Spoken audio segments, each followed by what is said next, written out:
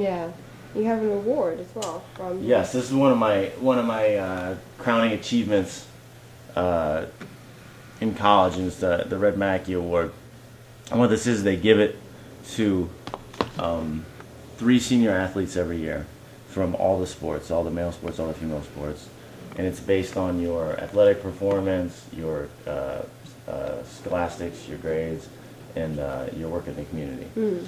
So what it does is it awards you a year of grad school, a free year of school. That means they pay for your books, they pay for all your classes. Amazing. And then they give you money for room and board too. So basically, I got to live rent free, and I got food paid for a year. So it's like I got a free year of life. That's crazy because that can all add up. Because sometimes with some scholarships they don't pay for books and stuff, and that can also be a huge thing.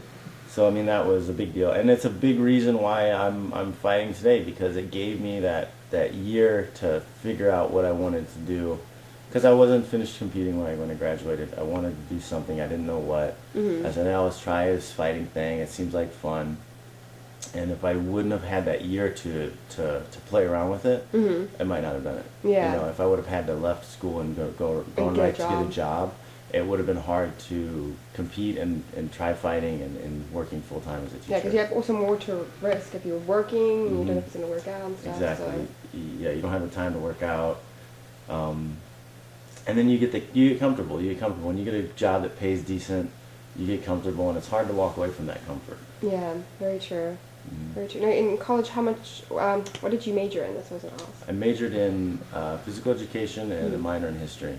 Okay. Which I started with a major in history and flip-flopped because I was like at a 2.8 or 2.9, and in the history major you needed, it was weird, it's like requirement for a history major was a 3.0 to compete in collegiate sports. Yeah. So it was only a 2.5 in PE. So I was like, oh, okay, let's just switch them. But the teaching credential was the same, so I could still teach history if I wanted to. That's funny. It's really weird. That is really weird. Yeah. That's okay. I also flip-flop because I was biology and actually microbiology and then a minor in psychology, and then I switched. I was like, I'm going to do psychology and I'm going to minor in biology. So flip-flopped.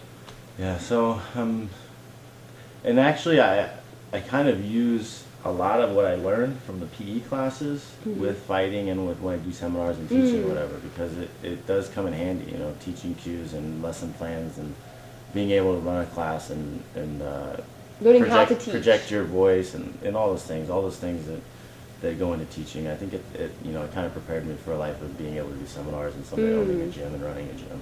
How often do you do seminars? I mean, it depends on how busy my fight schedule is, but I'll do 3 or 4 a year.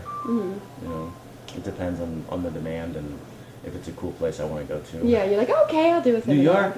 Okay, let's go to New York. Can you fly my fiance? Twisting my arm, okay. Europe? Oh yeah, I'll go to Europe. But I haven't gone to Europe yet, so yeah. So that's where you want to. That's where you want to go on honeymoon, possibly. I'd like to go to Europe. That'd be cool. No, look at him. He's just like. Give me attention. No one loves me. I'm so cute. Love me. I love the little tongue sticking out. Yeah. So tell us more about, you walked on as a freshman. Yeah. In college. I mean, because that was the thing is I kind of had to make a hard decision. Do I want to walk on as a wrestler, or do I want to walk on as a football player? And I thought, if I work really hard, I might make a kickoff and return team by my senior year if I play football. If I choose to wrestle, I could be a national champion. Yeah. So I was like, well, it's a lot harder work. I think wrestling was a lot harder work, but being able to achieve those levels on my own, I think meant more to me. So I decided to walk on as a wrestler. Now, luckily, my family wasn't struggling for money, so I was able to walk on to a school like Purdue. I didn't have to go to community college first or anything like that. So that was a big help. I had smart grandparents who put money away for me to make sure I was going to be able to go to college. But I worked my ass off because I wanted that money for myself. Yeah. So I busted my ass to go from a walk-on my freshman year to I started getting books paid for my sophomore year. Okay, cool. And that was based on, just the hard work and discipline that I showed my coaches and peers. And it eventually put me in a position where I was voted team captain by my team. I was also I was awarded most dedicated, which I have another plaque somewhere upstairs. I can show you that later for that. And it's just, I mean, it just goes to show you that hard work does pay off. Yeah. Like, you went can't on to let walk things on. get you down. I mean, I didn't have the most stellar wrestling career, but you know, I felt like I was still approaching my peak. I hadn't leveled off. Like, I was getting better and better every year. I went my first year to actually like hold a varsity spot was my second year of eligibility at Purdue, and it was at 174, and I had the worst season ever. Oh, really? Probably the worst season in the history of seasons. I went, of course, I wrestled like 15 of the top 20 guys. Top 20 guys that were 15 of the guys that I wrestled that year were ranked in the top 20, which was a pretty stacked year. And I had 8 wins and 31 losses. Wow. Yeah. But I turned that around, and then each year I progressively won more and more. And my overall career record was something like 46 or 48 and 44 or something like that. So it was just above 500. But at the same time, it was one of those things where I felt like I was continually getting better every year. And then when I got to my senior year, I was like, now what? I was like, I don't feel like I'm done getting better. And I think it kind of pays off. My failures have paid off because it pissed me off to the point where I couldn't quit. Like, I wasn't a state champion. If I was a state champion in high school, I probably wouldn't have wrestled in college, because I would have been like, I achieved my goal, I'm done. But I was pissed off. I didn't win. So I was like, well, I've got to go win a national champion. I've got to be an All-American. Well, I failed at that also. I tried very hard, but I failed. And then that drove me to want to compete more, and now I want to be a world champion. Yeah. So if I don't become a world champion, I don't know what's going to happen next. Yeah. But I'm gonna run for president. I mean, it's kind of interesting because you have some kids that might be in high school or college that are like, oh man, like I'm just so close, but I'm not there, and I feel like they feel like they have so much more to offer, but they just can't, get there. So it's good to know that. A big part of it is where you're placing your competition.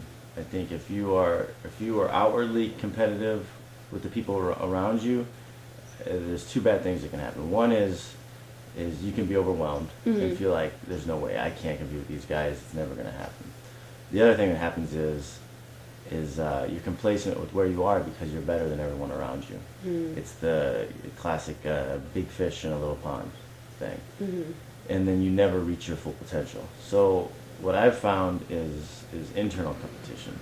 If you're daily competing with yourself and who you were the day before, and just using the outward competition as just a test, you're going to be much more successful, because you're never going to cap your potential. That's true. Your potential will be unlimited, and you're never going to be overwhelmed, because it doesn't matter what everyone else is doing. It only matters your daily progress. Yeah.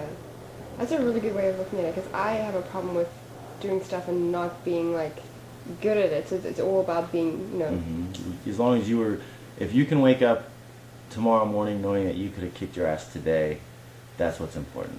That's a really good way of looking at stuff. I like that.